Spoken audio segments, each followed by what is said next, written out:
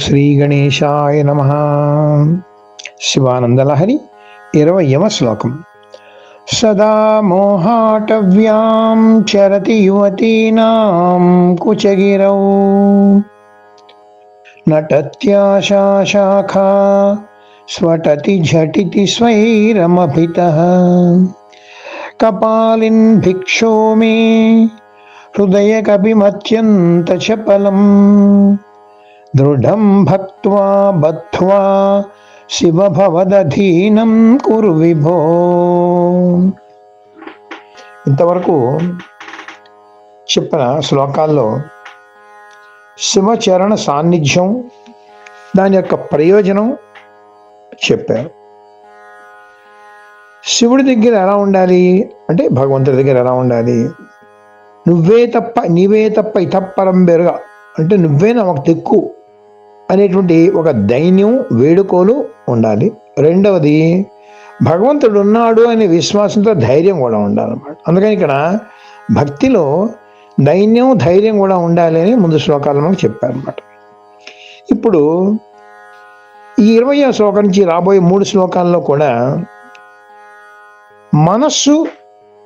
ఆ మనస్సు ఏ విధంగా ప్రవర్తిస్తూ ఉంటుందో, ఆ మనస్సును మనం ఏ విధంగా అదుపులో పెట్టుకోవాలో అంటూ మనస్సు విషయాన్ని ప్రస్తావిస్తూ ఉంటారు. ఇక్కడి నుంచి 20వ శ్లోకం నుంచి అనమాట, 3 శ్లోకాల వరకు కూడా అనమాట.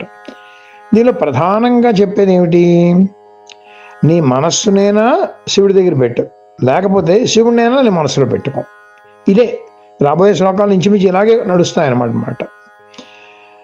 మనస్సు కోతైనా సరే, పార్వతీ పరమేశ్వరులు ఉండేటువంటి గుడారమైనటువంటి సరే, మనస్సు దొంగ అయినా సరే, ఆ మనస్సుని తీసుకెళ్ళి శివుని దగ్గర పడే అని చెప్తూ 20వ శ్లోకంలో ఏం చెప్తున్నారు, మనస్సులో ఉండేటువంటి లోపాలు, వాటి పరిష్కారం 2 కూడా చెప్తున్నారండి. ఇది ఉత్తమమైన సందేశం. అసలు శివానంద లహరి, శివానంద సాగరం, ఈ సాగరంలో ఉండేటువంటి 100 లహరుల్లో కొన్ని ఆణిముత్యాలు ఉన్నాయండి. అటువంటి ఆణిముత్యాల్లో ఇదొకటి అనమాట. ఇది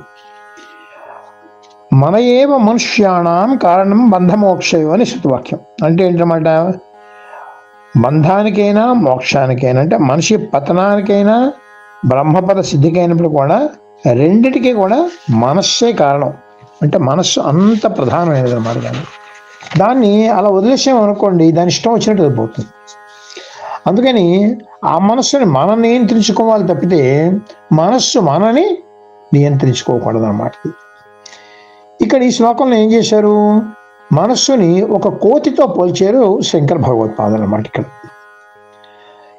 దానికి ఎలా చెప్తున్నారు, మనస్సు అనేటువంటి కోతిట ఈ మోహారణ్యంలో నిరంతరం తిరుగుతూ ఉంటుంది. కోతి ఏం చేస్తుంది, ఈ కొండ శిఖరాల నుంచి అటు ఇటు తిరుగుతూ ఒక స్థిరంగా ఉండదు. అలాగే ఈ మనస్సు అనేటువంటి కోతి కూడా ఏం చేస్తుందంట, యువతల అందాలైన పర్వతాలు అంటే స్తనాగ్రాలపై నర్తిస్తూ ఉంటుందట. అంటే విషయవాసనల ప్రభావానికి లోనైపోయి ఇంద్రియ లౌల్యంతో ఉంటుంది అనమాట. అంటే ఇంద్రియాలని సంతృప్తిపరిస్తే చాలు అనే విషయాలతోనే మనస్సు ఉంటుంది అనమాట. మహారణ్యంలో పెద్ద వృక్షాలకు ఉండేటువంటి ఎన్నో కొమ్మలు అవన్నీ ఉంటాయి కదా, అవన్నీ కోతులు కావాలి.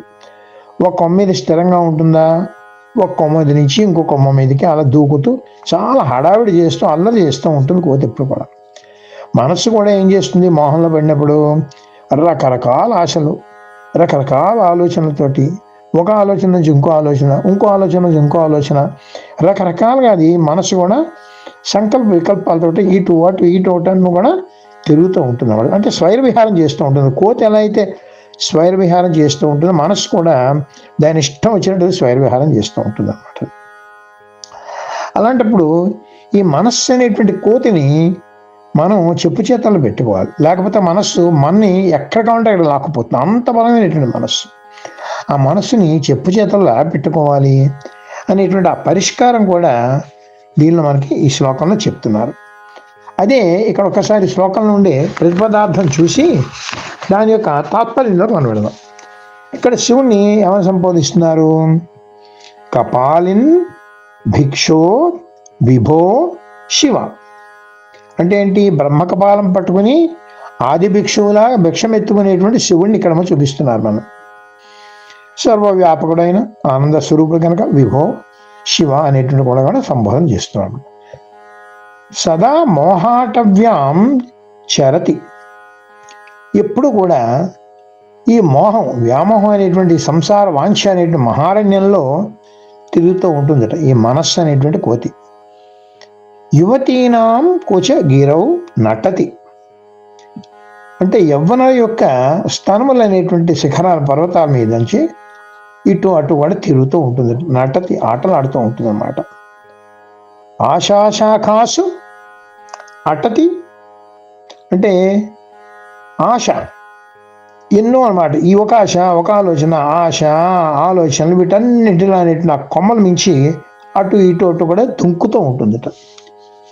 జడితి అభిత అటతి, అది ఎలా పరిగెడుతున్నట్టు వేగంగా అనమాట, ఒక చోట ఉండదు అది, అలా ఇటు వెళ్తూ ఉంటుంది. నాలుగు పక్కల నాలుగు వంకలో కూడా పరుగులు ఎడుతూ ఉంటుంది, ఒక చోట స్థిరంగా ఉండదు అనమాట. అత్యంత చపలం మే హృదయ కపి అన్నాడు. అంటే ఏంటి, ఈ మనస్సు అనేటువంటి కోతి చాలా చపలమైనటువంటిది, అంటే స్థిరత్వం లేదు ఈ మనస్సు అనేటువంటి కోతికి. అదే హృదయ కపి అనేటువంటి మాట చక్కటి మాట వేశారన్నమాట. దాన్ని ఓ మహానుభావ దృఢం భక్తియా బద్ధవా, భక్తి అనేటువంటి తాటితోటి గట్టిగా దాన్ని కట్టేసేసి భవదధీనం కురు, నీ అధీనం చేసుకోవయ్యా మహానుభావ అని దీనిలో చెప్తూ ఇంకా ఏం చెప్తున్నారు దీని యొక్క వివరణ మరి కొంచెం చూద్దాం. ఇప్పుడు భక్తుడు తన మనస్సుని ఒక కోతిగా గుర్తించాడు మొత్తం మీద. అందుకని ఆ మనస్సుని ఏ విధంగా నియంత్రించుకోవాలి అంటేట అది శివుడితో చెప్తున్నాడు. శివ, నీకు ఉపాయం చెప్తానయ్యా, నువ్వు ఆది భిక్షువు కదా, ఆ బ్రహ్మకపాలం పెట్టుకుని ప్రతి ఇంటింటికి వెళ్ళి భిక్షం ఎత్తుకుంటూ ఉంటావు కదా, మరి పెడుతున్నప్పుడు నువ్వు వెళ్ళి భవతి భిక్షాందేహి అని అడుగుతావు అనుకో, కొంతమంది వేస్తారు, కొంతమంది వేయకపోవచ్చు, అసలు ఒక్కొక్క రోజు నీకు ఏమి దొరకపోవచ్చు కూడా. అందుకని నీకు చిన్న ఉపాయం చెప్తాను. నువ్వు కోతిని దగ్గర పెట్టుకో, కోతిని దగ్గర పెట్టుకుంటావు అనుకో, ఆ కోతిని ఆడిస్తూ వెళ్ళావనుకో, అప్పుడు ఏం చేస్తారు, ప్రతి ఇంట్లో ఉండే పిల్లలందరూ కూడా కోతి వచ్చిందని వెంటబడుతుంటారు. అప్పుడు ఆ పిల్లలు రాగానే తల్లిదండ్రులు కూడా వస్తారు చూసి, అప్పుడేమో నీకు వాళ్ళేమో భిక్షం కూడా వేసి పంపిస్తూ ఉంటారు అనమాట. అందుకని మరి కోతిని అక్కడి నుంచి తీసుకురావని నువ్వు అనుకుంటా, మేమే కలదు, నా దగ్గర కోతి ఓ మంచి కోతి, నా మనస్సు అనేటిని కోతి ఉంది చూసావా, తెగ గెంతుతూ ఉంటుందయ్యా, ఎక్కడ పడితే అక్కడ గెంతుతూ ఉంటుంది. దాన్నేమో కూడా తీసుకెళ్ళినట్లయితే ముందు అది ఏం చేస్తామంటే దాన్ని నువ్వు నియంత్రించు, దాన్ని అది ఏంటంటే నువ్వు చెప్పినట్టు దాన్ని ఆడించు.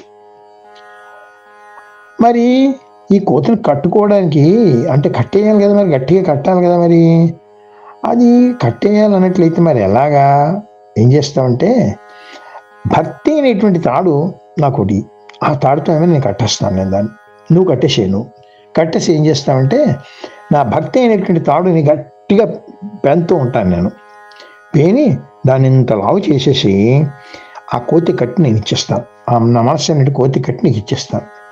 ఆ దాంతో కట్టేసినట్టయితే ఇంకేముంది, నువ్వు చెప్పినట్టే ఉంటుంది కదా అది. అందుకని అది ఎంత మొండిదైనప్పుడు కూడా నువ్వు అంత గట్టి తాడుతో కట్టేసావనుకో, ఇంకెక్కడికి వెళ్తున్నాయా చెప్పు. అందుకని కూడా నీతోటే ఉంటుంది, నువ్వేం చెప్తే అది వింటూ ఉంటుంది కదా.